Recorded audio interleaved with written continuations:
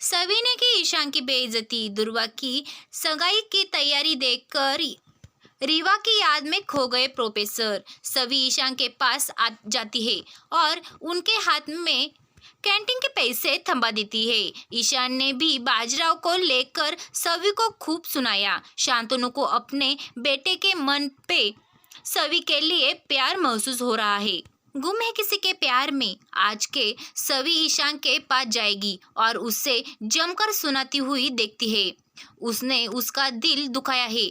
ये सुनते ही ईशान बोलता है कि उस दिन देखकर ऐसा लगता था, ऐसा तो नहीं कि तुम दुखी हो। ईशान कहता है कि उस दिन बाजीराव जिस तरह शायर बनकर तुम्हारी तारीफ कर रहा था और तुम उसका जवाब दे रही थी, ये देखकर ऐसा लगा तो नहीं कि तुम दुखी हो। ये सुनते ही सभी का गुस्सा और बढ़ जाता है। वह ईशान के हाथ में कैंटीन के पैसे थमा कर देती है।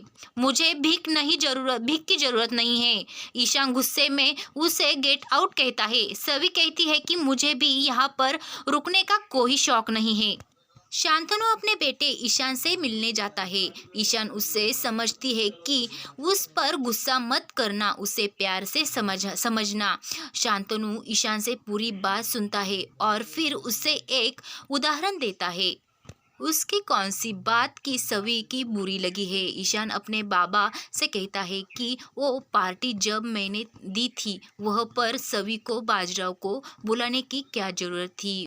ये बात सुनते ही शांतनु कहता है कि बाजीराव को किसी और ने नहीं बल्कि उसने बुलाया था। ईशान इस बात से हैरान हो जाता है। शांतनु से ईशान ने कहा कि ठीक है उसे अपने बुलाया है लेकिन पर उसके सामने जिस तरह से वो इश्क फरमा रहा था क्या वो ठीक था? अगर तुम्हें उन्हें करना भी था तो कहीं और करते। शांतनु ने कहा पहली बात तो उन दोनों के बीच ऐसा कुछ भी नहीं है और अगर है भी तो तुम्हें क्यों बुरा लग रहा है। ये सुनते ही ईशान चुप हो जाता है और इस बात को टाल देता है। क्या सच में ईशान को सभी से प्यार है? गुम है किसी के प्यार में।